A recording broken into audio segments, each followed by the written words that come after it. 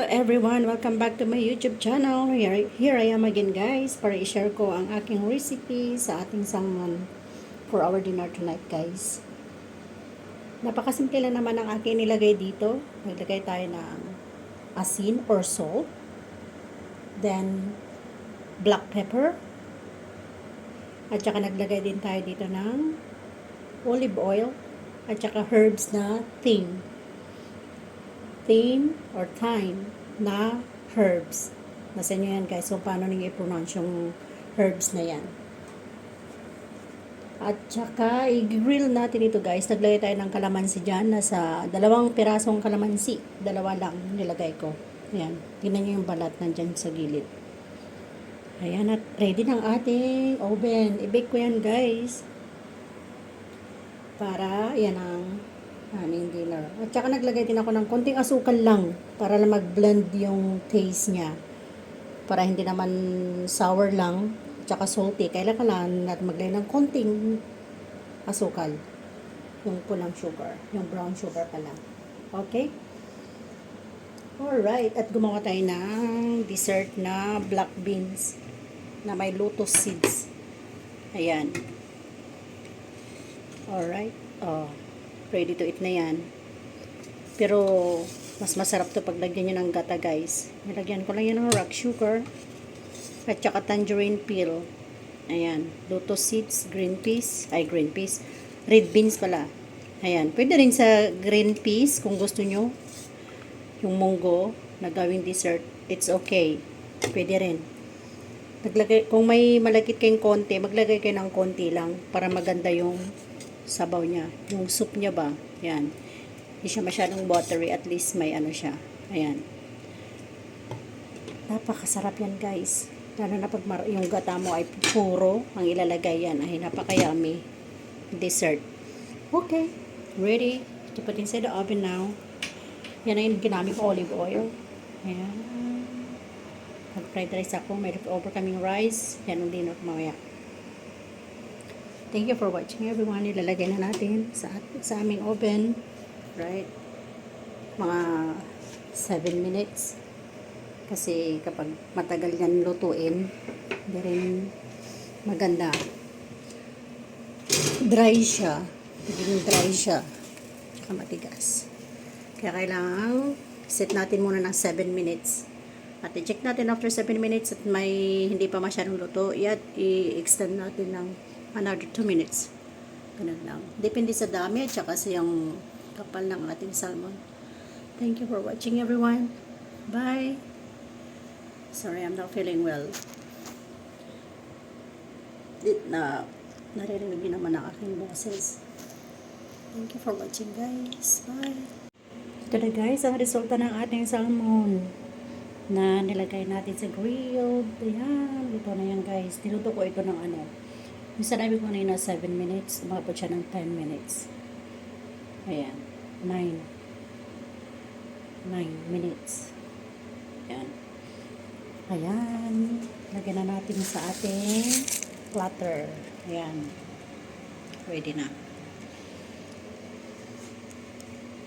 Okay. Thank you for watching everyone. Bye! See you next time! Bali, 4 lang kami kakain tonight. Kaya 3 lang yung priniperek bat. Yun ang sa akin. Yan. Yun sa akin. Ito yung sa kanila. Ayan. Ready to serve na guys. Ang aking baked salmon na may baby beans. Yan. Tsaka steam na tofu. Very soft yung tofu. Kaya hindi ko nakuha yung perfect texture na walang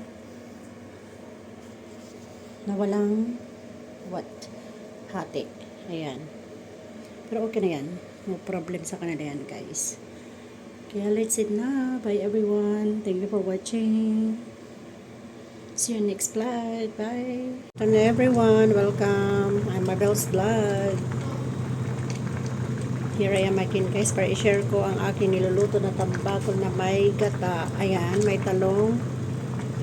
At may okra din tayo. Hindi po tayong sitaw kaya okay lang yan. May ampalaya naman yan. Talong at saka okra. Ayan, all goods na yan guys. Thank you for watching. Ayan, bye everyone. Ayan, may patalasik-talasik na ang ating tambakon. Lagyan natin ng pulang sili. Ayan, sili. Alright, takpan na natin. Few more minutes. Okay na yan.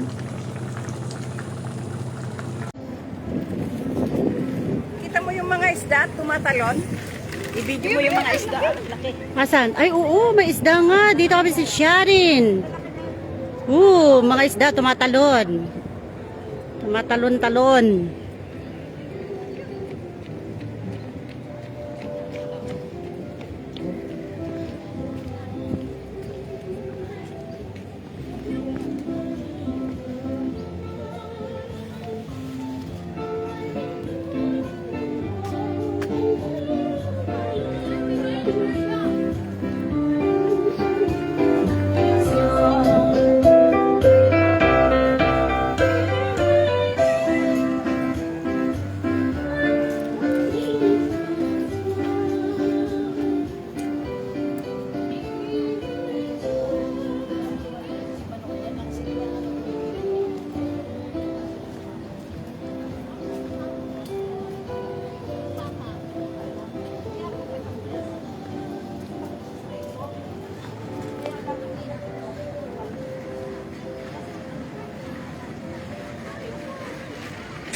Ayan, ang ganda.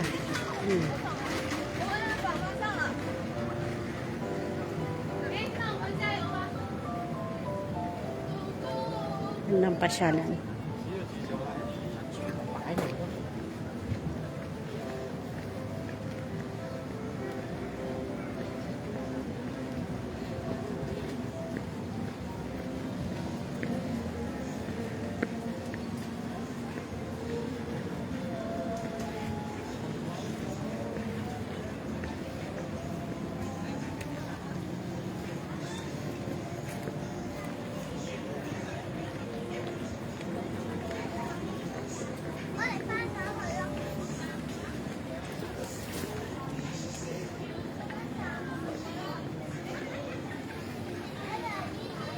Dumidilim na.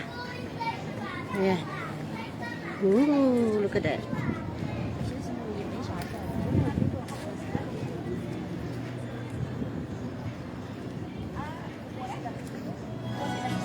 Kukuha na isda. Oo, ayan o.